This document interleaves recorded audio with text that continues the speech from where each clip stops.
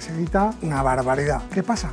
Que no se crean clásicos. Yo creo que sí hay clásicos hoy en día. ¿No? Personalmente creo que el Arturo dentro de 5 años no se acordará nadie de él. ¿Es un melón? Tenemos un primer melón. Yo soy cocinero. Incluso si tuviera 3 o 4 restaurantes, no dejaría de venir a cocinar. Sí, pero a ti se te ve currante. Yo creo que tú todavía debes fregar algún plato. Yo vaya que sí quiero platos.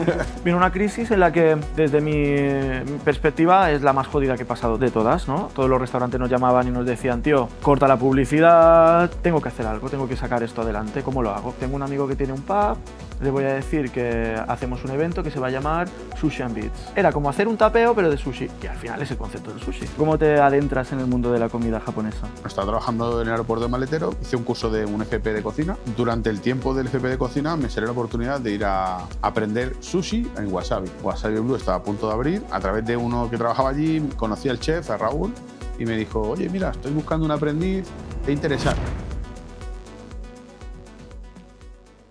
Bueno, Isaac, cuarto episodio de Noche sin filtros en nuestro canal de YouTube. Hoy tenemos un invitado especial, no eres tú. Ya hace 2 programas fuiste tú el invitado especial. Vaya. Hay que decir que a partir de ahora queremos que dejes de ser un invitado especial y seas colaborador del programa. Yo estoy encantado y te lo agradezco un montón. Sabes que me hace un montón de ilusión y me apetece mucho esta aventura del podcast. Y cuéntanos, ya que empezamos así tan rápido, has hecho 2 podcasts, hemos hecho 2 podcasts juntos. De los 3 capítulos has aparecido en 2. Uno fue más una charla entre amigos, hablando de esa fiesta que íbamos a hacer, que acabó sucediendo en Lío. Y la segunda nos contaste tu experiencia, o tu experiencia de vida, tu trayectoria y un poco tu enfermedad. ¿Qué ha pasado desde...?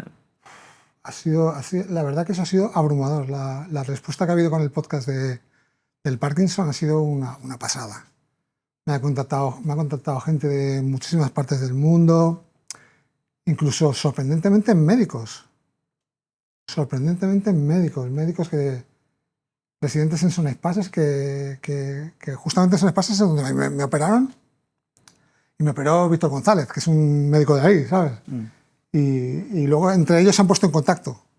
¿Sabes? Una chica que su padre le habían diagnosticado Parkinson, estaba muy preocupada, era el primer día que le habían diagnosticado Parkinson a mi padre, ella vio el podcast, se ve que buscó, y vio el podcast y me contestó. Me sorprendió mucho, ¿no? Porque era una doctora, ¿no? Y digo, joder. Para los que no sepan lo que estamos contando un poco, creo que era 2 capítulos atrás, el anterior estuvimos con Pepe Link de Cappuccino, hablamos con Isaac de su enfermedad. Hace 10 años le diagnosticaron Parkinson y bueno, durante 10 años ha seguido desarrollando su carrera como disc jockey con la enfermedad de Parkinson sin contarla mucho, y tenías un pequeño de esto de que querías contarlo, sí, porque claro, mucha gente no sabe qué sucedía, qué no sucedía, a lo mejor se te veía desanimado y tal. Antes de seguir en todo esto, luego entraremos más, porque claro, tú ahora nos cuentas la película de este último que te ha contado el doctor, pero acuérdate que un día estábamos en casa leyendo un texto de alguien desde Cuba, sí, que nos dijo que se centró en criar a su hijo porque allí no la podían curar o alguna historia así. Sí, que vivía como en una aldea, ¿no? Vivía en una aldea, no podía ir a la ciudad y no se podía curar, pero que le gustó mucho, que se sintió muy identificada o identificado y que le diste como vida, ¿no? Esperanza. Y hemos tenido un montón de mensajes de esos que te quedas un poco como abrumado de wow, ¿cómo tocas a alguien tan lejos, ¿no? Bueno, voy a recordar dónde estamos. Estamos en el restaurante Quinta Avenida, en Comte de Sallent número 5. Le damos las gracias a Raúl Enseñat y a sus socios por dejarnos grabar en este espacio. Para mí es uno de los mejores restaurantes japoneses de la isla. Y bueno, vengo mucho, disfruto mucho de sus comidas. Y bueno, la idea es, Isaac, que grabemos 3-4 podcasts aquí, una serie 3-4 podcasts. Hoy tenemos un invitado muy especial con el que uniremos una historia que tenemos en común, Isaac y yo, con la comida japonesa. Y nada, a partir de aquí os vamos contando un poco de qué va el podcast de hoy, ¿vale? Haremos un podcast de dos partes en nuestro podcast. En una primera parte hablaremos un poco, presentaremos de la idea final que tenemos en nuestro podcast. Al final hay que recordar que ha sido todo un pequeño juego que nos ha traído aquí. Primero hicimos un podcast charla entre colegas donde éramos 4 con Víctor y Frankie de Martino y hablábamos un poco de la noche, la experiencia de la noche y demás. En el segundo, Isaac contó su experiencia con la enfermedad. Luego Pepe Link también nos contó cómo perdió una pierna y toda su experiencia. Qué trágico. Qué trágico también. Qué trágico. Pero también sí, una historia de superación, que gracias a eso fue DJ y demás. Y bueno, en esta primera parte queremos contar de qué vamos a hablar en el podcast de aquí en adelante. O sea, ya tenemos un poco definido, ¿no? Unas bases. Unas bases, qué va a ser De Noche y Sin Filtros. Y en la segunda parte tenemos un invitado en el que lo enlazaremos y contaremos un poco más nuestra historia con la comida japonesa. Isaac, ¿qué queremos transmitir? ¿De qué queremos hablar en este podcast? ¿En este en concreto? Bueno, pues... O en este no, en general. Bueno, queremos hablar un poco, yo creo, de las cosas que nos mueven y que nos motivan y que nos gustan. Como la gastronomía, la hostelería, el mundo empresarial... Cosas que... La noche, que la llevamos... Obviamente, que nosotros la llevamos... A veces no la menciono porque la llevo tan interiorizada como que me cuesta un poco mencionarla, pero sí la noche, obviamente que la noche. Claro. Entonces, la idea nuestra es que hablemos de la noche, lo enlacemos con la restauración, lo enlacemos con el mundo empresarial y un poco también lo enlacemos con el crecimiento personal y esa salida de... Bueno, al final la vida te lleva por caminos que no esperamos, hay que superarlos y muchas veces, esto lo hemos dicho en podcasts anteriores, se nos ve como post de Instagram pinchando en un club con 300 personas con las manos arriba, pero realmente de lunes a sábado tenemos los mismos problemas. No solo todo lo que le luce. Y muchas veces estamos pinchando con algún marrón en la cabeza y tal. Entonces, es un poco lo que queremos contar en este podcast, ¿no? Unir todo lo que es nuestra vida, el mundo empresarial, la restauración, que está muy presente en el día a día de nuestra figura como DJ también, y la noche y demás. Y de música, ¿no? Y de música, hablaremos de música también, evidentemente, porque al final somos DJs y todo esto está como patrocinado por Suburban, que al final es un sello discográfico y una agencia de DJs, y Touché Talent, que es una agencia de músicos.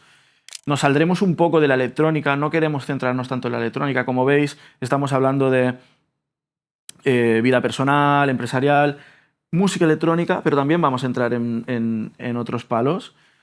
Por ejemplo, nos ha prometido Jaume Mas que nos dará una entrevista. Ese podcast va a ser interesante. En la que nos vamos a reír muchísimo. Jaume Mas, el que no lo conozca, es un cantante de reggae, pop reggae. Que estuvo en La Voz. Que estuvo en La Voz. Y quedó segundo, creo. Y fue un gran éxito durante una larga etapa. Es uno de nuestros músicos destacados. Y un día estuvimos tomando una paella. Estábamos tomando una paella en casa de Miguel y os juro que la conversación durante la paella daba para 3 podcasts. Sí, o sea, brutal. Cada momento se iba calentando. Entonces le dijimos, tío... Y dijo que sí. O sea que probablemente pronto esté por aquí. ¿Cómo queremos... ¿Qué queremos y cómo queremos hacer este podcast? ¿Vale? Lo que habíamos dicho era que nos queremos distanciar un poco de hacer entrevistas.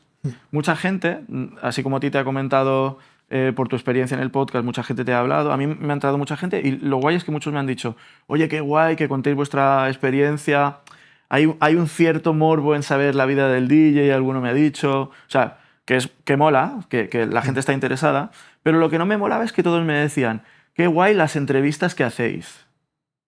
Y eso quiero eliminarlo un poco. No quiero que seamos una entrevista, es como... Sí, parte de que yo esté aquí un poco es por eso también, ¿no? Sí, porque... hemos hablado de hacer una colaboración con Isaac y con invitados para que esto no se convierta tanto en un yo pregunto y quiero saber tal, sino que tiene que ser una charla entre todos, aportar, desviarnos, irnos donde nos apetezca, ¿no? Vale, Isaac, la idea es, ¿por qué hacemos el podcast? Desde mi punto de vista, lo quiero enlazar un poco con... Cuando yo empezaba, yo por ejemplo empecé en la radio. Entonces, a mí me parece una similitud muy cercana. Un formato muy cercano. Nos íbamos 3 horas a la radio. Tú, por ejemplo, recuerdo una época, no sé, seguramente en aquella época también, pero recuerdo una época que estabas en Vicious Estuve Magazine. en no, Vicious, estuve en Top, estuve en un montón. Entonces, yo me acuerdo, yo venía, entonces cada uno ha ido haciendo sus programas, a veces entrevistas, a veces hablar de tendencias, a veces hablar de música, solo playlist. Entonces, a mí me gusta el concepto del podcast porque un poco nos acerca al público como antes lo hacíamos con la radio. La radio sigue funcionando, tiene un público, pero ahora como el público un poquito más general, más joven, está en YouTube, ¿no? Además es un formato que te acerca mucho a la gente y hace que la gente vea a quién estás entrevistando y eso es interesantísimo.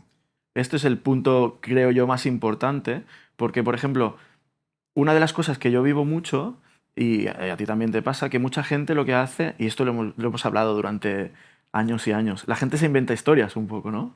La gente te conoce de pinchar, alguien dice que te conoce con Isaac. A mí, yo cuando conocí a Isaac, pasaba mucho que alguien me decía, yo lo conozco a Isaac. ¿Te acuerdas lo que contamos del profesor Sí, en el otro podcast? sí, Había un sí. profesor Tomeu que Serra. decía, Isaac Indar, no se llama Isaac Indar, se llama Tomeu Serra. Y se lo decía A sus alumnos. a sus alumnos.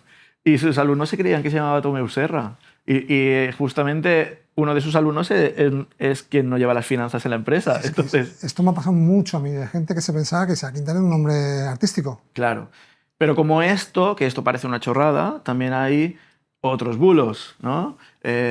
Pues miles, ¿no? Pero, ¿qué pasa? Con el podcast lo que hemos conseguido es que la gente nos conozca. Es decir, mucha gente acaba pensando que, hostia, te ve, te saluda como si te conocieran, ¿no? Sí, sí, sí. Porque realmente nos ven durante una hora o dos, transmitimos un poquito más quiénes somos y no es solo la foto de Instagram, el DJ en la cabina o alguien que ha contado una historia por ahí y ha contado quiénes somos, A ¿no? mí, mira, enlazándolo con esto, me pasa mucho que me para gente en la calle y me dice, oye, tal, ¿no te acuerdas de mí? Esto no te ha pasado a ti. Te hizo mucho. Y claro, tú dices, no. Yo digo que no porque realmente no me acuerdo de él. Me dice, ¿en serio? No. Y le digo, pues no, no me acuerdo de esto. Claro, luego está la historia de joder que borde y estas cosas, pero es que... Pero no le voy a mentir, porque si al final le digo que sí, mm, me dice, no te acuerdas de mí, ¿no? Y le digo, pues no, mira, no me acuerdo de ti, porque al final se le acaba mintiendo a la gente se da cuenta. claro. Y claro, me hablan de que me vieron, que estuvieron conmigo en una fiesta en Villarrío hace...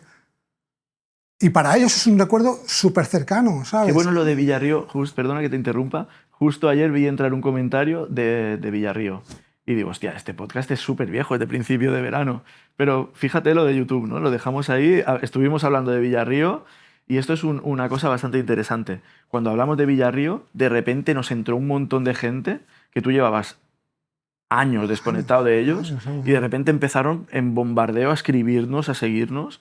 De hecho, hay gente que ha ido subiendo vídeos de Villarrío, de aquella Después de época. eso se ha como reactivado. Es curioso, ¿no? Y lo bueno, lo que te está diciendo es eso, que dices, hostia, es que hay gente que te tiene tan presente porque ha estado un día, una hora contigo, que eso a mí me parece brutal.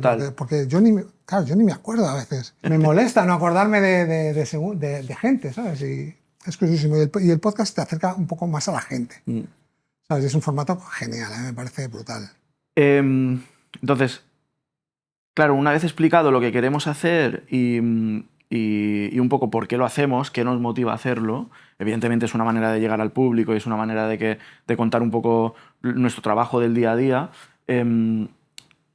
también creemos que tenemos un poco de capacidad de hablar de ello pues, por nuestra experiencia. Isaac, ¿cuántos años llevas tú pinchando? Pinchando 35 años, pero ya es que no es solo que pinche, es que he sido un consumidor muy potente de restaurantes, he sido un consumidor muy potente de hoteles, he sido un consumidor muy potente de muchísimas cosas que, al igual que tú, claro. como hemos viajado tanto y tenemos tanto background en la mochila, tanta experiencia, pues podemos hablar de ello. Podemos hablar un poco de ello. También la parte empresarial, bueno, hablamos un poco de la experiencia de vivencia, ¿no? Claro, que es la que la empresarial. comentas. Tú has Y luego negocios. también está la empresarial o artística, ¿no? O sea, 35 años pinchando, llevo 25 años He tenido negocios pinchando. también, he tenido 2 tiendas de discos, Has tenido 2 sellos. tienda de tatuajes, Hemos cerrado 2 sellos.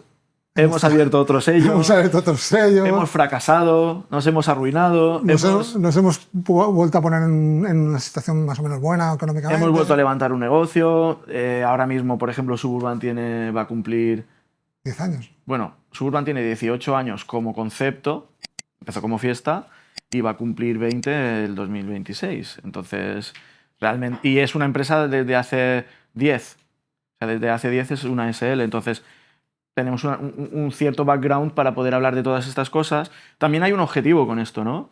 Hoy hablaremos un poco más de restauración y de ocio, pero hay un objetivo que es que, pues, el día que hablemos de restauración y de ocio, seguramente alguien tendrá un aprendizaje, ¿no? Pues el mundo de la restauración, el mundo de los negocios en la restauración, porque alguien se dedica a la restauración. El día que hablemos con alguien que tiene un sello discográfico, pues habrá unos aprendizajes para quien quiera llevar un sello discográfico. Incluso habrá días que solo seremos DJs y habrá días que, bueno, pues veremos qué perfil como hoy, que tenemos invitado, ¿no? que tenemos invitado, restauración, y luego ya contaremos un poco más sobre él. Sí, lo bueno de poder hablar de todo esto es que nos ha ido bien, nos ha ido mal, nos ha ido de todas las maneras. Entonces, como sé lo que es estar en un negocio y que te vaya bien, sé lo que es y tú también. Sí, al final no se trata de dar consejos a nadie, No. sino se trata un poco más de hablar lo que nos ha pasado. Desde un poco de nuestra experiencia. Desde nuestra experiencia, y seguramente habrá, y ahí va otra parte del programa de hoy, en la que nos caerán palitos. Sí, sí, sí. Nos van a caer. Seguro que nos cae alguno. Hablando de palitos, ¿qué piensas? A mí me gusta mucho esta pregunta porque creo que es tendencia hoy en día, pero era tendencia hace 5 o 10 años hablar de vinilo o MP3, ¿no? Antes era, ¿qué crees de los DJs que no pinchan en vinilo? Y me acuerdo que tú siempre decías una cosa, la tecnología es buena, si lo importante es la música, que pinches bien, ¿no? Es que, tío, si no, tendremos que ir todos en un SEA 600. ¿Y cuál es ahora el comentario? ¿Cuál es ahora el comentario? El comentario ahora es, ¿son buenas las redes sociales para la escena? Pues claro que sí. Entonces, claro, ahora hay mucho hating, ¿no? Con el rollo de DJs que solo son famosos por las redes sociales. Después está, pues, el que antes amaba el vinilo, ahora también es el anti-redes sociales, el anti-iPhones en los eventos, conciertos y tal. Creo que las dos cosas son extremas. Yo creo que se puede mantener en el centro. ¿Qué piensas tú con esto? Yo, mira, te digo la verdad. Al principio, bueno, tú lo sabes, hace unos años yo era súper hater de las redes. Súper hater de las redes. Pero tengo que reconocer que me equivocaba por completo, ¿vale? Y esto me lo has hecho aprender un poco tú, también te lo digo. Si tú tienes talento y eres capaz de algo y encima lo puedes potenciar por 100.000, muchísimo mejor. Claro. Si es que al final tienes que verlo así. Tienes que comunicarlo. Antes lo hacíamos en la radio. Claro, en la radio o en las sesiones. Quizá ahora, a nivel DJ, te promociona más la gente que tú. O sea, los que están grabando con el móvil ahí son los que hacen... Deciden más ellos quién es el bueno que tú. Claro. Pero, claro, ahí hay dos cosas, ¿no? Por un lado, yo entiendo la parte del hater, porque es verdad que es muy fácil, haciendo unas buenas redes sociales y un buen plan de marketing, llegar a una comunidad. Entonces, es verdad. Pero sí que es verdad que hay que tener un talento. Hay que tener un talento. Hay que valer para eso. Hay que valer para eso. Yo creo que esto no es nuevo. Es decir, la canción del verano ya hacía famosos a muchos DJs y a muchos músicos. Y no había internet. Es decir, eso también era un plan de marketing. Y ya digo la canción del verano, pero en el mundo del DJ... Joder, ¿cuántas canciones, cuántos DJs hemos conocido que hacían una canción, los contratábamos todos y luego no sabían pinchar? Mira, ¿tú sabes lo que más he hecho yo de menos de épocas pasadas? Cuando tú comprabas un disco en vinilo, esto te digo es de las pocas cosas que yo he hecho de menos, ¿vale? Cuando tú comprabas un disco en vinilo, que te costaba una pasta, también tenía mucho que ver en que se editaba mucha menos música. Vale. Ahora se edita sí, claro. una barbaridad. ¿Qué pasa? Que no se crean clásicos. Muy pocos. No estoy de acuerdo. Muy pocos. No estoy de acuerdo, ¿eh? Escucha una cosa, te voy a poner un ejemplo. Vale. Tú te compras 10 discos esta semana, Sí. los vas a pinchar esta semana, y de los 10, la semana que viene vas a pinchar 2. Sí y no. Tengo otra visión en eso, pero está bien. Pero yo creo que sí hay clásicos hoy en día. Yo creo que hay nowadays classics, ¿no? Que serían los clásicos que a lo mejor aún no vemos como clásicos. Pero, por ejemplo, sin ir a las tendencias de hoy en día, podríamos escuchar Porque claro, ahora sería muy fácil soltar nombres como Adam Port o como Kane Music, que tienen 4 bombas que podrían convertirse en clásicos. Podrían ser más que clásicos, pueden convertirse en temas del verano. Pero yo creo que sí que clásicos se hacen. Pero mira, por ejemplo, Black Coffee con el Rapture 3 es un Pero clásico. ¿tú Tiene crees 5 que- años ya este ¿tú tema. crees Lo está poniendo que todo el está al mundo. nivel de un Faithless, Insomnia o algo así? Sí. Yo creo que Simplemente no. Faithless, Insomnia. Sí, yo creo que sí. Simplemente creo que tienen que pasar 20 años para que lo podamos Yo, te digo, valorar. yo personalmente creo que el Rapture dentro de 5 años no se acordará nadie de él. Yo personalmente, ¿eh? Bueno, es un melón. Tenemos Es un melón, Tenemos es un melón. tenemos un primer melón. Yo creo que no. Yo creo que es un tema que ha superado ya todas las barreras. Lo veo así. Y mira que lo he pinchado ya. Tú piensa una cosa, este tema, lo hablábamos el otro día con Victe, lo poníamos de Sunset en Jumeirah, por ejemplo. Yo lo ponía de Sunset en Jumeirah hace 4 años. Este tema es de hace 4 años. Sí, sí, sí. O 5, no sé. Y la gente, sí, la gente era como, wow, entraba dentro de la movida. Pero es que ahora está en todos los clubs, en todas las sesiones de DJ, con una capela, todos los DJs la ponen con una capela diferente, cerrando en todos los cierres de todos los DJs de todas las grandes fiestas. Esto quiere decir que si durante 4 años se mantiene vivo, sí, desaparecerá en una época, pero es como todo. Luego volverá dentro de 10 años, alguien lo pondrá y lo volverán a poner 3 años más. Yo creo que es lo que hace. Un ejemplo, ¿vale? Hablando de Rapture, nos vamos a un clásico que es el de Sandy Rivera, ¿vale? El Finally, ¿no? Sería el clásico. Sí, que top, la mesa ¿vale? con el Rapture. Un día fui con Sandy Rivera a un club y el promotor, muy joven, no le conocía a Sandy Rivera. Yo sí le conozco. Sí, yo también, lo conocemos todos, pero no lo conocía. Entonces me dijo, ¿pero este tío? Y digo, este tío es muy top. Y me dice, va, pero como de top, porque claro, Sandy es muy normal, ¿no?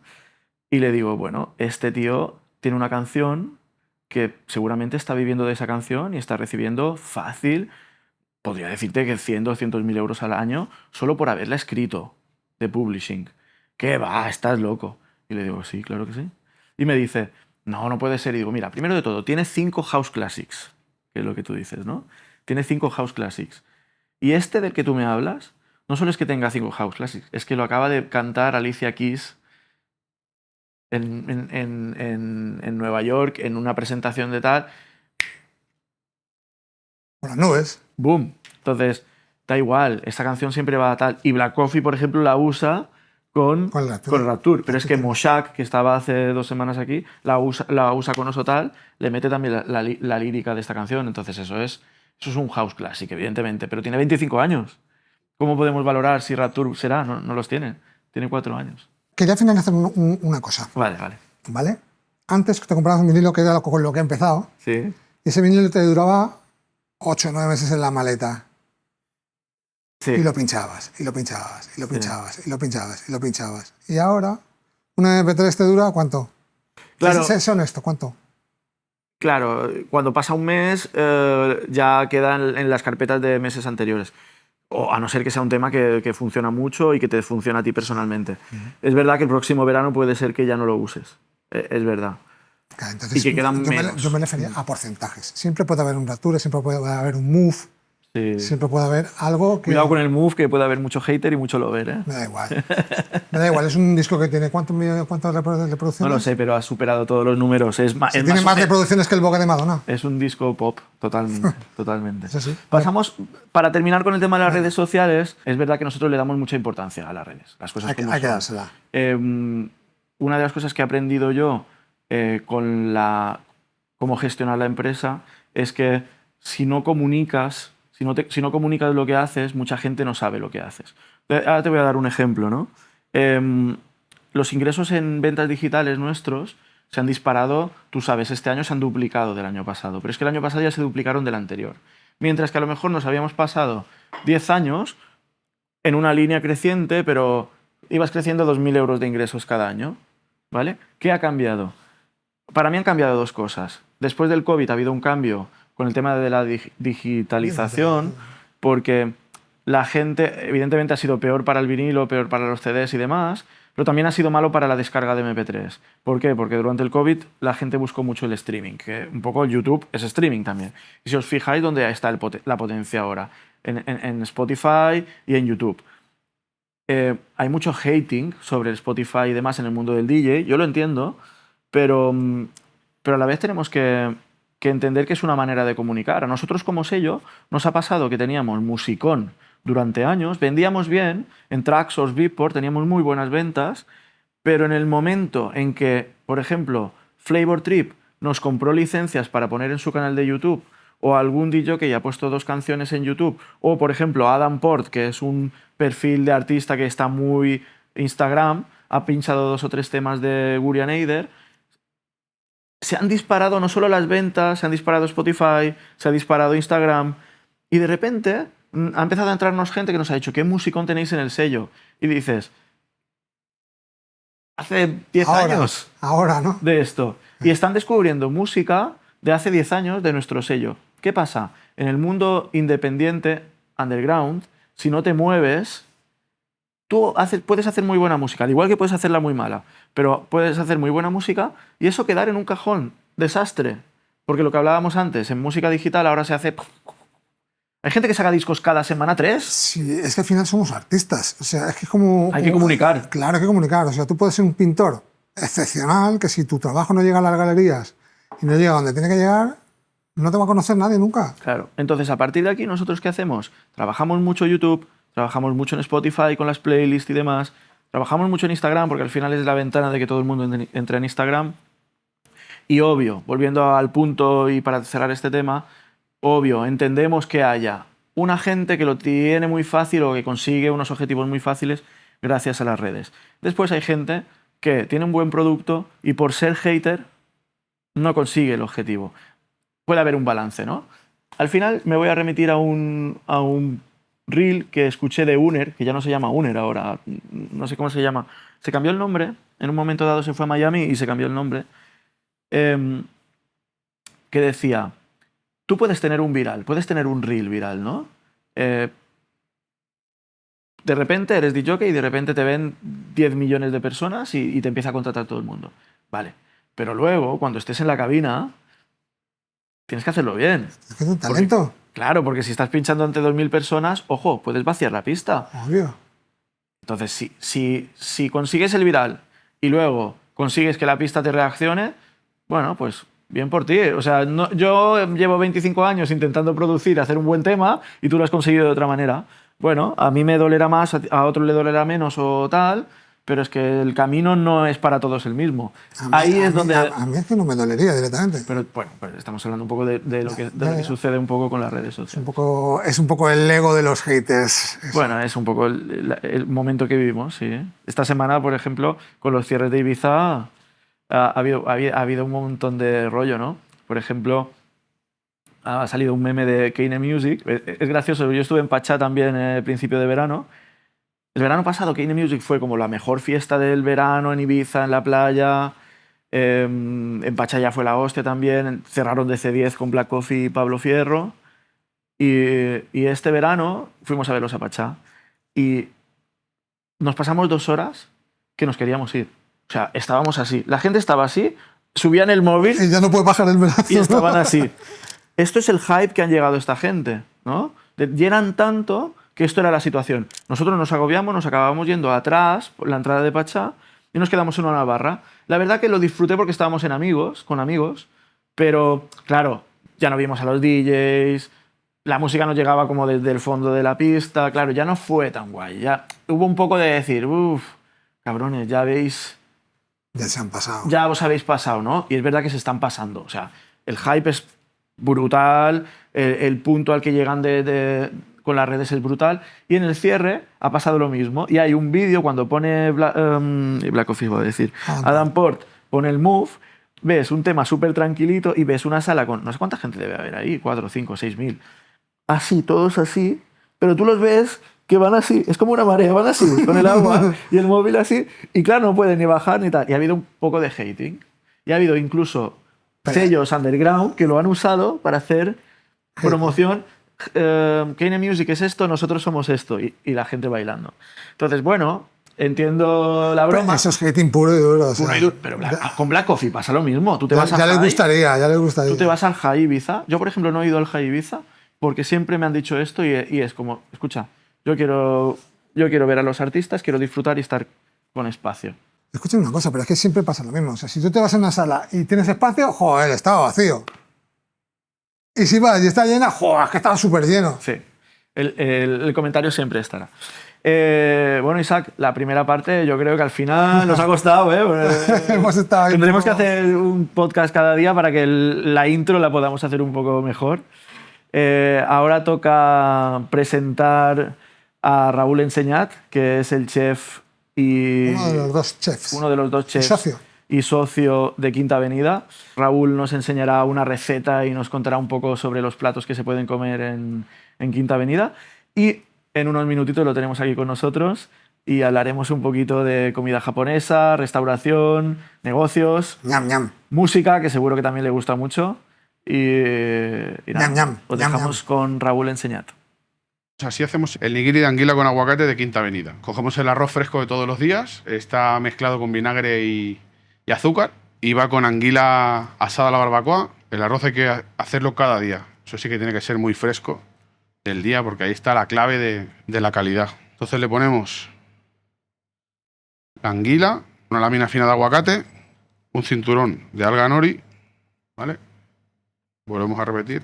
Y le ponemos una salsa de anguila también, un poquito de azúcar y soja, sésamo y después pasamos a ahumarlo.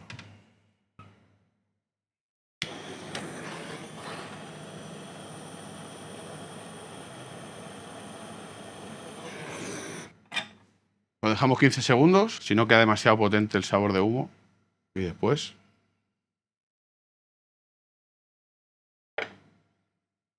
provecho. Raúl, esto es lo que nos has cocinado ahora en el break que hemos hecho. Isaac y yo estamos castigados. Durante la próxima media hora no podemos comer. Estamos como niños pequeños. No puedes hacer nada. Raúl Enseñat, chef y copropietario de Quinta Avenida. Muchas gracias por invitarnos a hacer el podcast en tu restaurante. Gracias a vosotros. Y gracias por participar. Me apetece mucho esta charla porque va a ser divertida.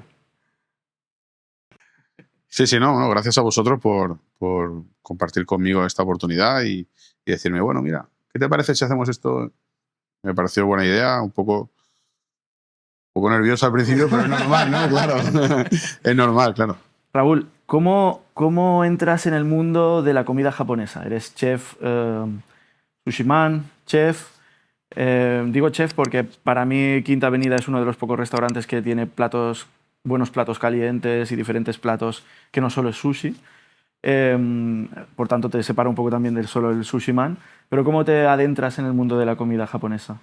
Bueno, en realidad yo estaba trabajando en el aeropuerto de maletero. Sí. Y yo siempre, porque mi abuela cocinaba muy bien, desde pequeño yo siempre estaba al lado de mi abuela. Mi abuela siempre hacía la típica comida de subsistencia, de pobres, de vivir de la época aquella, ¿no? Entonces al final yo siempre me daba curiosidad que al final ya con poco dinero daba de comer a toda la familia y era... Lentejas, ¿Me entiendes o no? garbanzos, Y al final le sacaba un montón de rendimiento y yo decía, es increíble, es súper bueno y al final crecimos todos con eso.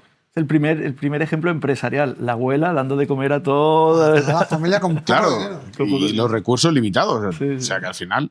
Entonces yo siempre tuve ese ejemplo y ya siempre estaba al lado de ella, la veía preparar las cosas, cortando las cosas en el dedo, como hacían las abuelas antes.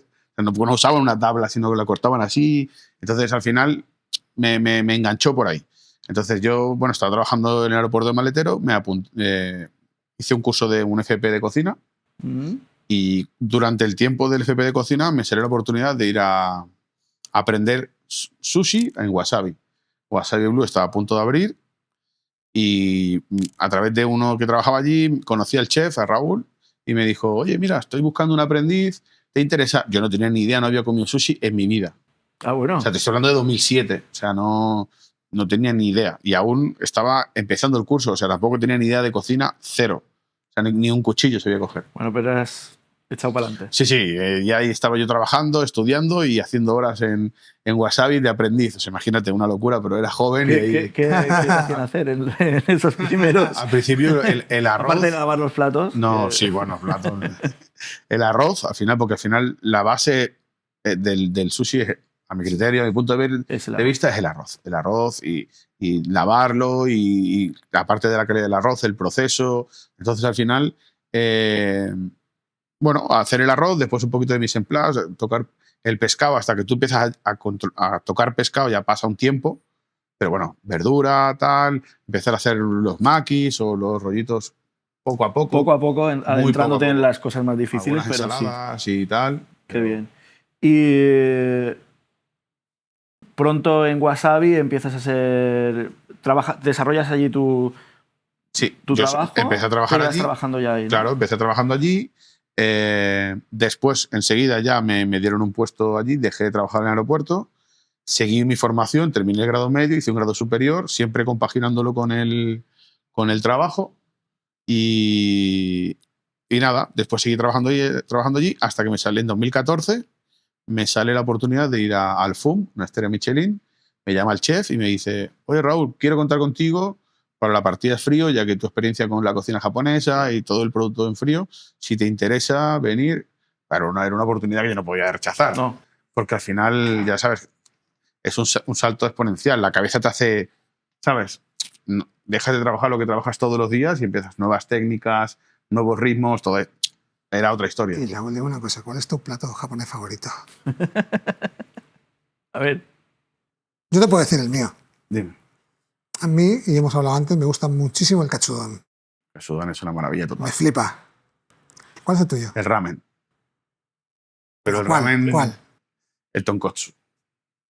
Tonkotsu con miso. Ahora, hoy nos va a hacer eso para... Qué rico, madre. ¿Sabes qué pasa? Que Isaac está mirando los nigiris. Ya, bueno. Y se está olvidando ya de la charla. Todavía no es hora de comer, pero somos buenos comedores de sushi. Luego hablaremos de esto. Raúl, entonces, perdona, estamos con el restaurante Estrella Michelin. ¿Cuál es tu aprendizaje? Eso no lo sabía yo. Sí, en el 2014, en la temporada. ¿Cuál es el aprendizaje que tienes ahí? O sea, el nivel de exigencia es mucho más grande. Es mucho más grande. O sea, las horas de preparación, como es todo tan pequeñito, tan delicado, tan técnico, te lleva muchas horas de preparación. En un restaurante normal tienes de horas de preparación 1 hora, 1 hora y media, con suerte 2. Ahí teníamos 5 horas y a veces no llegábamos. Y dábamos de servicio de 25 personas. O sea, que no estábamos... Y la exigencia es... En los tiempos, evidentemente todos los restaurantes, pero en los tiempos, en el detalle y también, bueno, imagino que en la calidad y en conseguir esa estrella Michelin o siempre compitiendo, ¿no? Aparte que fue interesante porque la estrella Michelin la tenía el restaurante y el chef se fue y tenía todo el equipo alemanes, austríacos y tal, y el chef que entró era español y metió todo el equipo español. Entonces, al final... La propiedad del restaurante, la propiedad del hotel era alemana. Entonces estábamos en el punto de mira todo el rato a ver si estos van a conservar la estrella o se la van a quitar. Entonces imagínate la presión. La presión es doble. Uf, imagínate. Luego hablamos de esto. Yo he trabajado con empresa con base en Londres y la presión de los británicos. Los alemanes hablamos porque los alemanes son estrictos con el horario y con los tiempos, pero es que los ingleses todo lo que te piden es para ayer. O sea, es todo boom, boom, boom. Y la presión aumenta por... Bueno, Lío, por ejemplo, que estamos trabajando con Lío ahora, es con propiedad en Londres. Entonces... ¿Cómo llegas a esta Quinta Avenida? Bueno, entonces cuando yo terminé esa temporada en el restaurante Estrella Michelin, volví a Wasabi y claro, cuando volví ya tenía la cabeza en otras cosas. Ya tenía una visión diferente de hacer la cocina japonesa que estábamos haciendo hasta ese momento. Entonces hablé con él. Perdóname que te interrumpa. ¿Por qué dices hasta ese momento? Porque hasta ese momento solo había sushi en Palma, ¿no? De cierto modo. Sí, sushi, o sobre todo estaba muy valorado el sushi y lo otro pasaba desapercibido totalmente. ¿Había cosa en la isla? Como... Sí, estaba el típico pollo teriyaki, o sea, pollo así. Pero que 4 son, platos muy básicos. Sí, que al final muy básicos. es como la alternativa a la persona que no come sushi, porque bueno. Claro, vas a un restaurante y yo no quiero pescado crudo, tal, me como un... Yo iba a un restaurante japonés en Madrid que me encantaba, que se llamaba Robata. Y había como 100 platos de comida japonesa que no tenían nada que ver con el sushi. Claro. 100, ¿eh? Bueno, es que Una locura. de hecho, yo mismo me he hecho la trampa en esto, porque cuando íbamos al Shogun, que era donde yo me inicié, a comer, Sí, sí. había bastantes platos calientes. Pero sí que es verdad que él no era trendy. No era trendy, no era la manera de entrar al japonés. La gente iba a comer chino si quería comer arroces y movidas de estas, ¿no?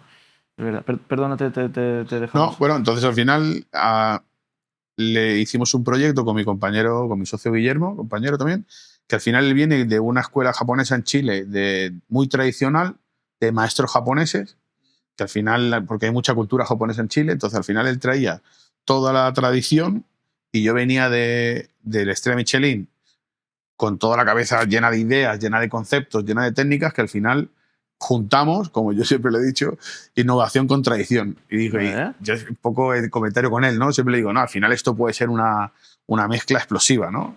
Y bueno, al final nos hicimos socios con Wasabi, ¿vale? Y con otros socios y dijimos... O sea, vosotros pusisteis la idea. Nosotros teníamos el proyecto, ¿vale?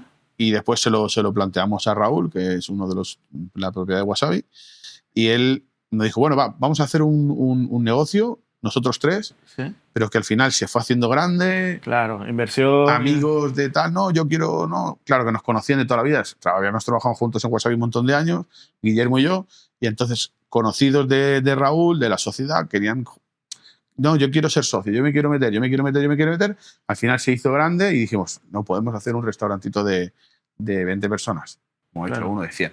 Bueno. Y a tope. Fantástico. ¿Cuánto tiempo lleva abierto el restaurante? Diciembre de 2018 empezamos. Bueno, estamos en 6 años ahora, ¿no? Nos pegó la pandemia. Ya. ¡Pum! Ahora hablamos de la pandemia, porque yo me acuerdo, tengo una buena memoria del día que el presidente nos mandó a todos a casa. Yo vine a comer aquí solo. Ah, me acuerdo. Con él. Me acuerdo. Qué casualidad, ¿no? Sí. Es que de hecho, ahora contaremos un poco esto, pero... entonces, lo de ser empresario, ¿te viene de familia? Se fue remontando, ¿no? Así como ibas metiéndote en esto, te iba picando el gusanillo. Sí, yo soy cocinero. Te quiero decir, yo soy cocinero, a mí me encanta trabajar, ¿no? Yo nunca creo que, por más empresario que tenga, incluso si tuviera 3 o 4 restaurantes, no dejaría de venir a cocinar. Vale, es lo que te motiva. Es lo que me levanto por la mañana y estoy súper contento y encantado de... Pero la parte esa de meterte en la parte empresarial, ¿no has decidido nunca de decir, oye chicos, vosotros son los socios, yo me encargo solo de cocinar? En un inicio toda esta parte un poco me superaba, te digo la verdad. Porque al final, o sea, te tienes que encargar de cosas que no tienen nada que ver contigo. O sea, que viene cualquier persona y tiene cualquier tema anexo y tú dices, es que esto no tiene nada que ver conmigo. Y tienes que estar en lo tuyo y en lo del otro. Es un poco delicado. Sí, pero a ti se te ve currante. Yo creo que tú todavía debes fregar algún plato. Yo vaya que sí creo que Tiene pinta de curante. Al final, bueno, iba a decir el buen empresario, ¿no? Florentino Pérez no lava platos, pero el buen empresario currante es el que saca las cosas adelante al final también, ¿no? Cuando la gente trabaja en equipo y lidera desde el trabajo, las cosas salen mucho mejor. Y no todos nacemos Florentino Pérez, así que no...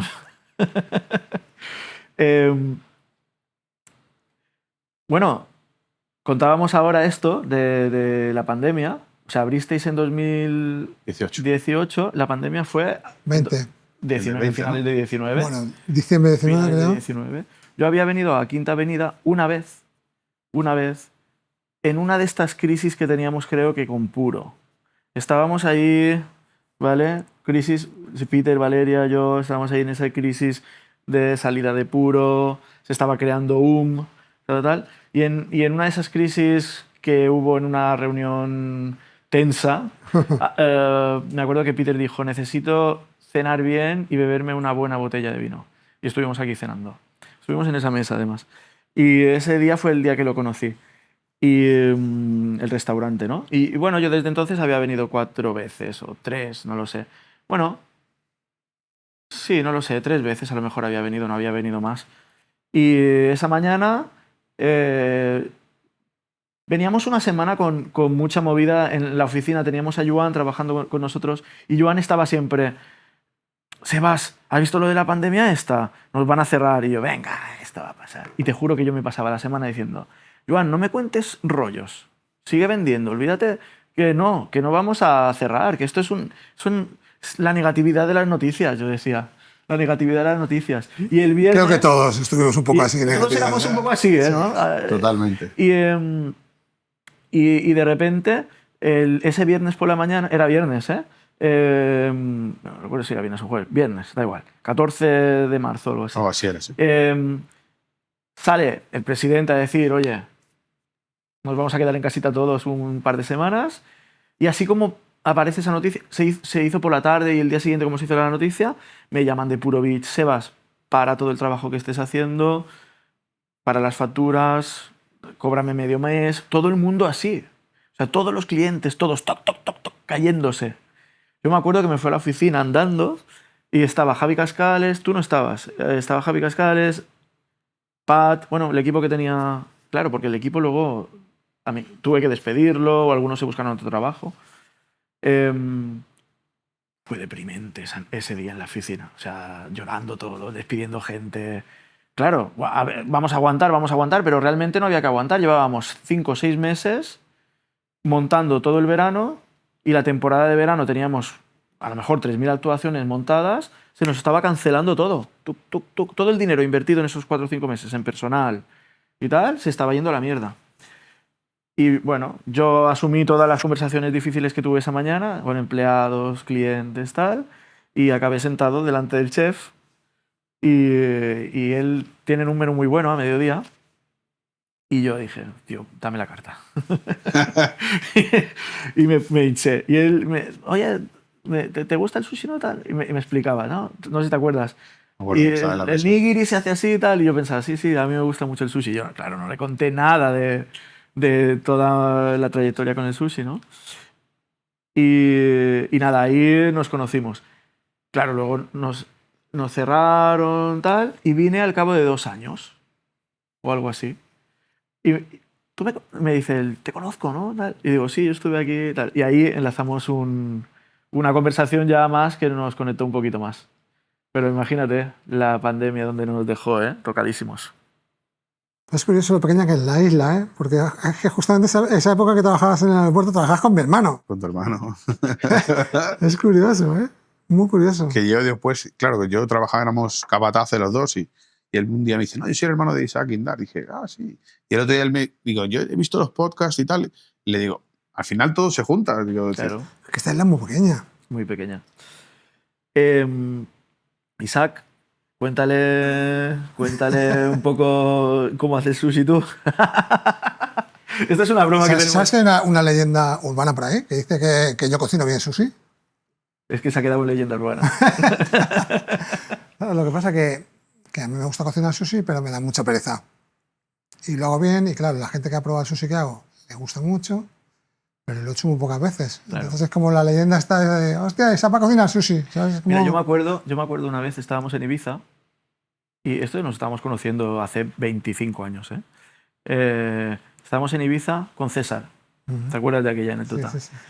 Que en el otro podcast contamos un poco lo que pasó. Sí, ¿no? lo que te robaron la Lo que cartera me a ti. robaron. Sí, sí. Bueno, Isaac y yo nos conocemos, yo lo veía en Tito Sin Pinchar y yo tenía un club, entonces él vino como invitado a pinchar y nada, me dice, mañana me voy a Ibiza, que pincho en Privilege o algo así, pinchaba el domingo en Privilege. Y cogí yo con 2 del equipo del staff y nos fuimos a Ibiza. Y yo me llevé la caja, llevamos una mochilita de vinilos, de 50 vinilos, y me llevé la caja en un sobre. Y fuimos en barco. Cuando yo llegué en barco a Ibiza, era la 1, antes no llegaba a las 10, antes llegaba el lento, ¿no? Llegamos a la 1, nos fuimos corriendo al banco y cuando estuvimos en el banco, te lo juro, así me hicieron. Clac. A las 2 en punto o a la 1:45, clac, cerrado. Entonces yo me tuve que quedar el dinero en el bolsillo. Y nos fuimos a comer, un Kentucky guarro, perdón. Y en ese Kentucky alguien nos metió mano en la maleta y me quitó todo el dinero que llevaba. Y llamé a Isaac, oye Isaac, no, nos ha pasado esto, no te podré ir a ver. No, tú vente, cenas con nosotros, yo te dejo dinero, tal. Y estábamos cenando él, César del Río, yo, los 2 chicos que venían conmigo, chico y chica, y que venían conmigo. Y no sé si había alguien más, no me acuerdo. Y Isaac, me acuerdo, me dejó 300 euros, no te preocupes, nos habíamos visto 2 veces.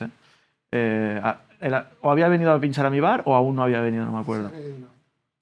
Y nada, y ahí empezó la gran amistad. Pero contaba que ahí César decía, quedaros el lunes, que tenemos una vila, no sé qué, tal, y Isaac va a cocinar sushi. Y desde entonces, claro, yo tengo en mi cabeza que Isaac va a cocinar. Yo no lo he comido, 25 años.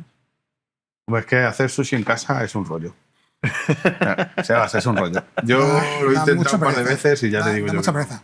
Nosotros tenemos una relación muy, muy larga con el sushi. Porque yo me acuerdo, yo la primera vez que comí sushi me llevó Ángel Costa. Ah, bien. Mira. Curiosidades. En un japonés que había, ¿sabes la costa del Capuchino, la que sube? Ahí a mano derecha había un japonés. ¿Cómo se llamaba? No me acuerdo, tío. No me puedo acordar. Samurai. Samurai. Yo conocía al dueño, Antonio se llama. Samurai. Y yo fui ahí al Samurai y decía, pescado crudo, qué asco, esto es una porquería, yo no como de esto. Y al final, bueno, lo acabas comiendo y dije, hostia, pues sí que está bueno, ¿sabes? Y me volví un puto enfermo del sushi. Me pasó lo mismo. Y yo le volví a él, un enfermo del sushi. Vivíamos en Alaró y había... En Alaró pocas veces se hace, pero está el Castell de Alaró y tal. Y me acuerdo un día que casi nevaba. ¿Te acuerdas que tormentón, casi nevando en noviembre, diciembre, algo así muy, muy frío?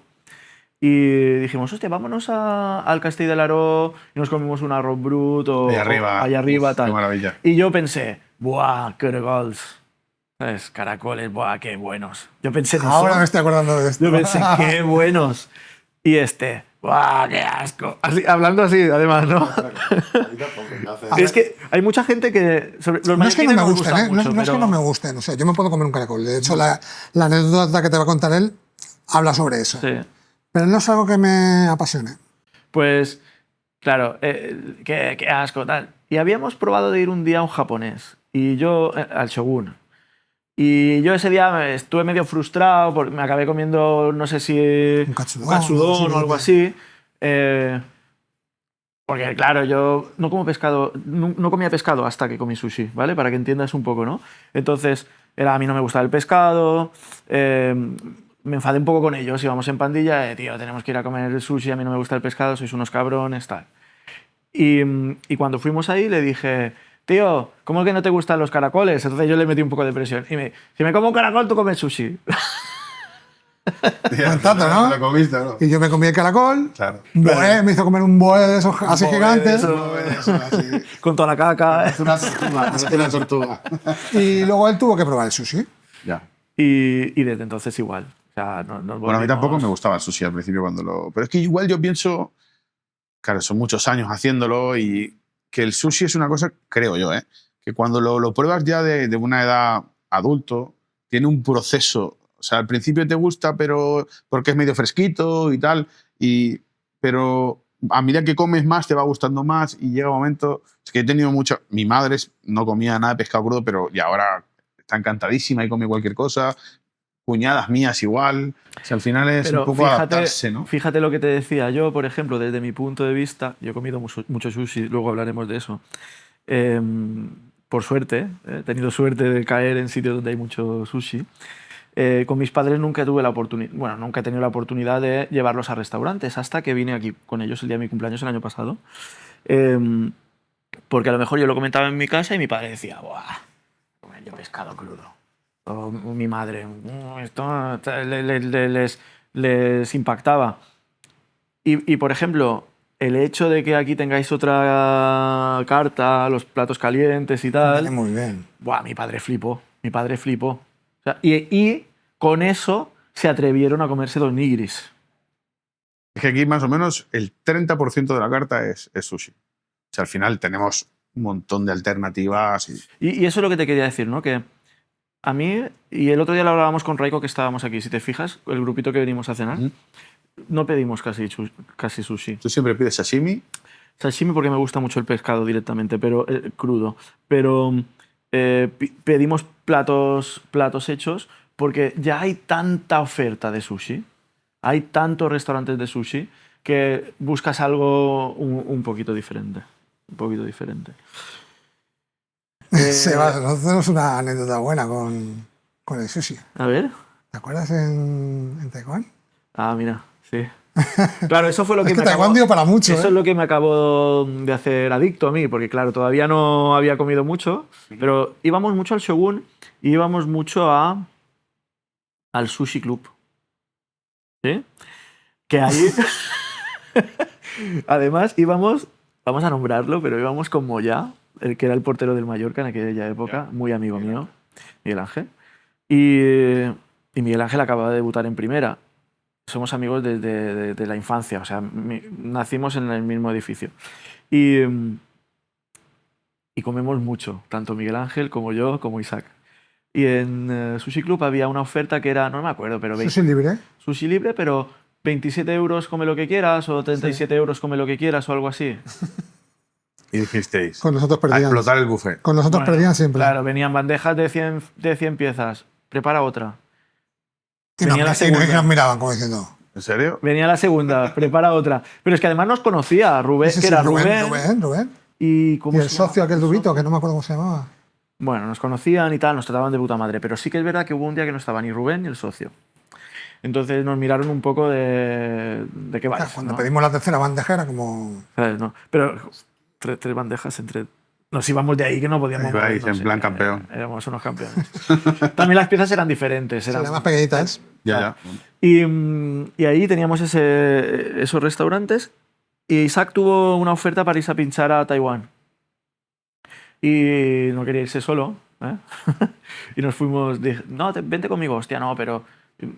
El tío, todo lo que cobró él, me invitó a mí para o sea, imagínate la amistad una experiencia juntos los dos, está muy guay. hemos tenido yo siempre... decidí no ir solo, y no ir solo me costaba no ganar dinero, pero me iba con él. Entonces era como... A lo mejor yo pagué una parte, Sí, pero era carísimo. Y creo que el billete valía 1.200 pavos o algo así, ¿no? De cada uno. Entonces, él quería tener la experiencia y no quería ir solo, entonces dijo, mira, yo pongo la otra parte. La verdad que siempre hemos tenido estas cosas, estos detalles el uno con el otro.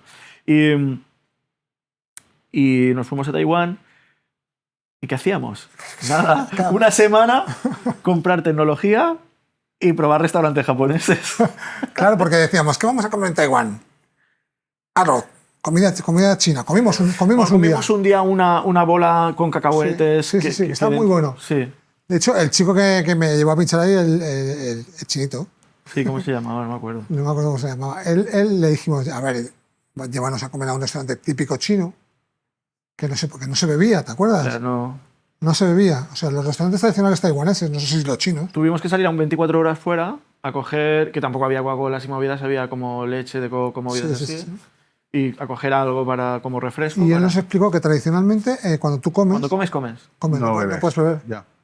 Y nos gustó mucho, la verdad que nos gustó mucho ese día. Pero luego a partir de ese día decimos, ¿qué comemos aquí? Sí. Y veíamos que había un montón de japoneses. Pero un montón. De hecho, está relativamente cerca, muy cerca de Japón, Taiwán. Y desayunábamos, comíamos y cenábamos japonés, ¿sabes? ¿Y te acuerdas de aquel Todo el día. Todo el día. Y curiosamente, el mejor japonés que fuimos ahí, para mí fue el mejor. El de la cinta. ¿Te acuerdas de la cinta que...? Sí, porque le pedimos algo extra y nos dijo... Nos sorprendió porque las cintas aquí eran... Súper cutre. Baja calidad. Era lo más baja calidad. Pero eran platos de colores y cada plato valía un... O sea, de un plato rojo valía 2 euros. No, bueno, la moneda de ahí. Un plato rojo valía, digamos, 2 euros, ¿vale? El verde valía 5. Ya. Y el azul valía 10, ¿vale? Entonces, según los platos que te comías, luego Había pagabas. diferentes tipos de langostinos, crudísimos, vivos. hechos... Vivos sin la piel, sin la cáscara, vivos. Había muchas cosas, brutal. Brutal. Hay algo que nos relaciona también, bueno, un poco... A mí me hace relacionar este restaurante bastante, y es que, claro, contaba que no es que yo solo me guste mucho el sushi, sino que en mi vida el sushi ha tenido mucha importancia. Y es que, bueno, como habéis visto, yo soy empresario y bueno, en un momento dado, en 2008 Por ahí. o 2009, que fue la crisis de la construcción, yo ahí tenía una revista, teníamos Suburban hacía fiestas, tenía una revista de tendencias y pinchaba. Bueno, era un poco mi movida con lo que subsistía, ¿no? Y se fue a la mierda la economía. Entonces la revista, todos los restaurantes nos llamaban y nos decían, tío, corta la publicidad.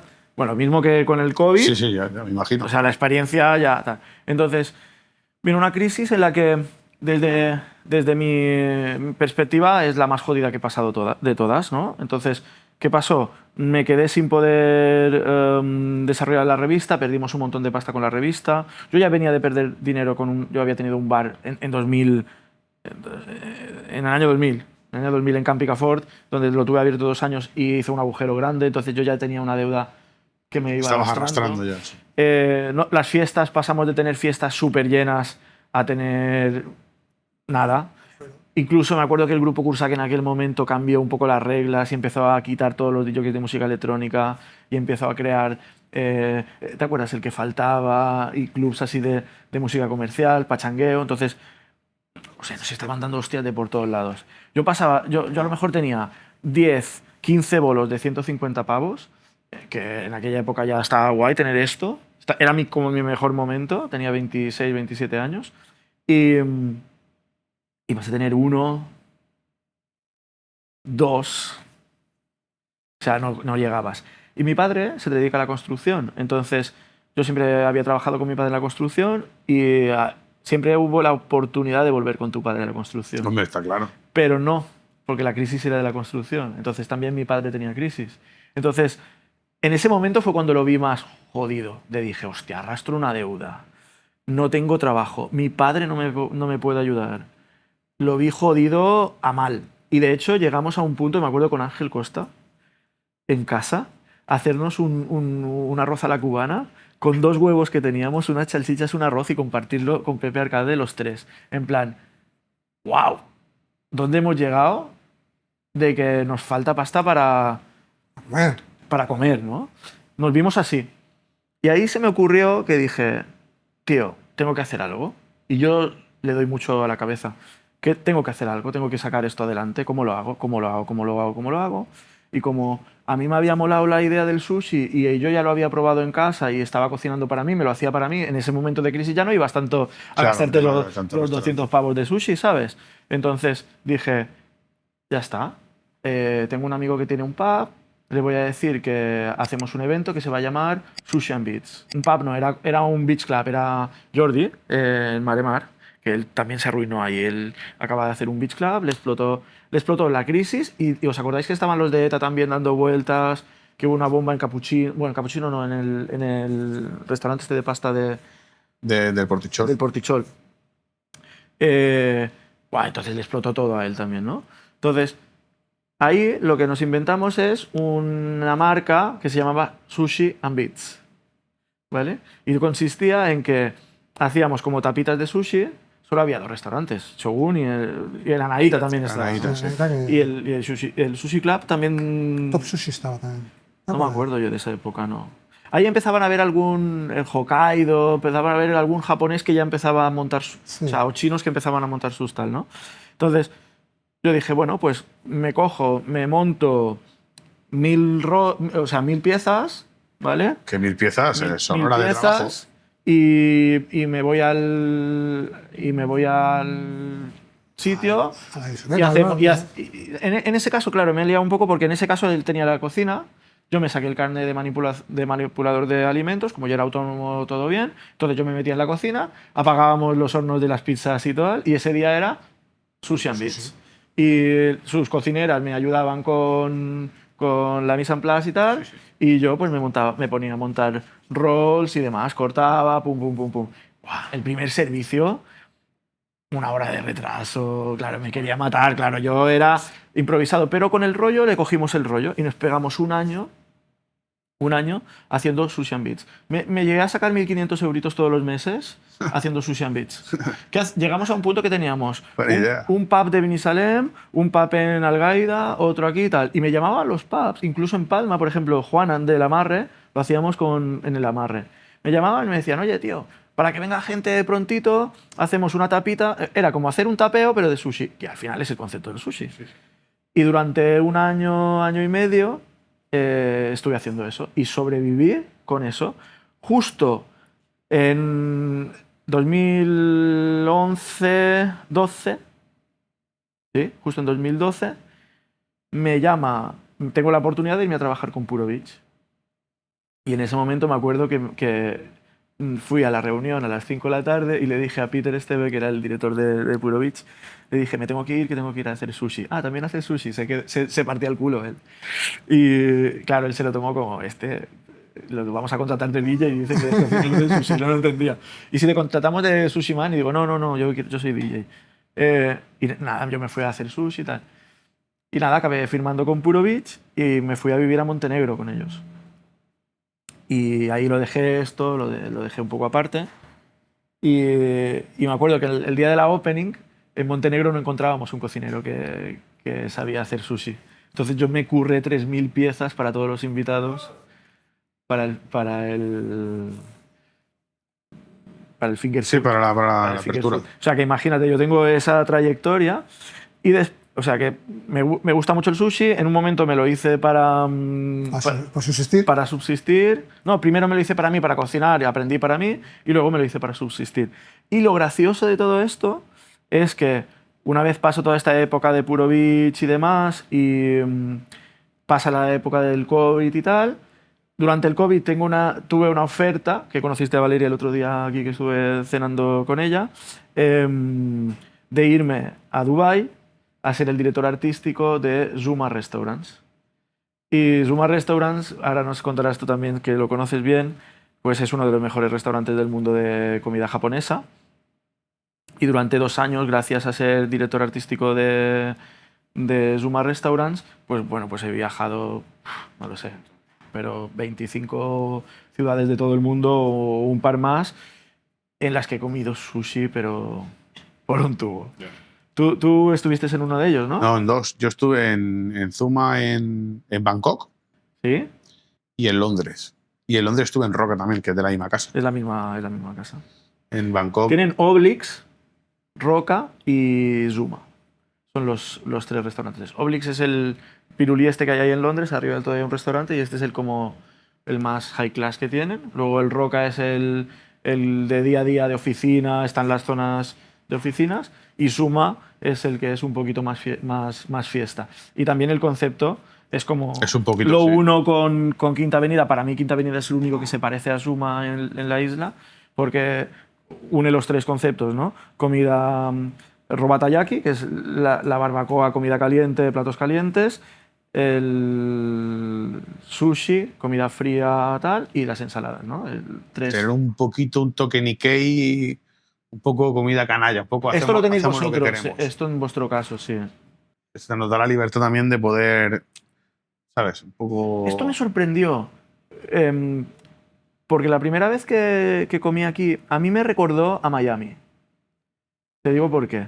Porque tenéis un roll que lleva lima, ¿vale? Y después también usáis el cangrejo de concha, ¿sabes?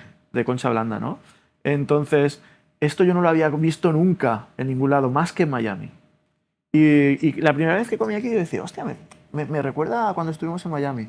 Y cuando te lo dije a ti me dijiste, hostia, pues no sé por qué, pero claro, me imagino que yo lo relacioné porque fue la primera vez que comí sushi con el toque Nikkei o estas cosas, ¿no? Es que realmente es muy difícil hacer cosas nuevas. O sea, te quiero decir, sobre todo en el sushi, lo que estábamos hablando antes, que al final que rollitos tenemos no sé cuántos restaurantes japoneses, cada uno le pone, al principio le ponían mango y parecía que era Ferran Adrià, que había inventado una cosa, y al final todo el mundo empezó a ponerle mango, o el foie, también un montón de gente le metía foie dentro del sushi, y también al principio, claro, pero llega un momento que lo copian, y eso deja de ser innovador y deja de llamar la atención. Entonces, al final, sí es verdad que en eso hay muchas cosas por hacer, pero estás un poquito más limitado. Donde nosotros podemos hacer un poquito lo que queramos es en el tema de que se tiraditos, salsas. Yo, por ejemplo, fusiono mucho meter aceite de oliva, productos de la tierra. ¿Qué opinas de hacer mezclas de culturas? O sea, hacer un nigiri de jamón, de sobrasada. hacer un rol de sobrasada. Bueno, nosotros tenemos, por ejemplo, un nigiri de atún con tocino ibérico. Al final no... Hay que probarlo ese, ¿eh? Sí, sí. Isaac está, hay que probar. Me gusta porque llevamos media hora ya que no lo hemos comido, no lo hemos comido todavía. Ahora hablabas un poco de la dificultad, ¿no? Isaac lo ha enlazado con el tema de la mezcla de culturas. La mezcla cultural, y tú estabas hablando un poco de la dificultad de ser creativos y de ser tal. ¿Cómo te ha enriquecido a ti tus viajes? O sea, es importante, ¿verdad? Muy importante. Yo siempre lo digo que Mallorca muchas veces nos pasa que nos gusta mucho nuestra isla, amamos mucho la isla y es que es brutal, pero muchas veces somos como demasiado arraigados de Mallorca y viajar, tío, te abre mucho la cabeza, muchísimo. Yo cuando estuve en Japón, hicimos un viaje en Japón, era mi hermano, que es cocinero también, un cocinero amigo nuestro japonés y otro cocinero amigo nuestro, éramos 4 cocineros en Japón. Y fuimos a comer, o sea, 11 días corriendo por 5 ciudades en 11 días. Fue un poco loco. Y ya le digo, y nos abrió un montón. Estuvimos en Yokohama, en el barrio chino de Yokohama. Nuestro compañero japonés coge y se va. Dice, no, tengo que estar con mis padres, tal y cual. Y cogemos y nos metemos en un restaurante chino. Eran todas viejitas con un kimono así, y nosotros... ¿En un chino, Japón? En un chino, en el barrio chino de Yokohama, imagínate. Toda la carta, ni una foto, todo puesto en japonés, ni en inglés. Y empezamos, esto, 2 de esto, 2 de esto. ¿Te imaginas? Era para haberlo grabado. Un desastre. Nos trajeron arroz, una sopa como con medusa de mar. Al final no comimos nada, probamos todo y nos pareció un desastre total. Y era una risa, una comida de risas y experiencia, ¿no? Muy guays. Raúl, nos cuentan que tenemos que ir cortando porque creo que ya tenéis que ir montando el servicio. Empieza la fiesta. Empieza la fiesta de hoy. Muchas gracias por invitarnos. Seguramente grabaremos más capítulos en este bonito restaurante que nos flipa. Además, entrar llama mucho la atención. Y comer, seguro que comeremos muchas veces más. Sí, aquí estaremos. Yo ahora en cuanto cortemos me voy a comer eso. Bueno, venga, gracias. A vosotros, un placer.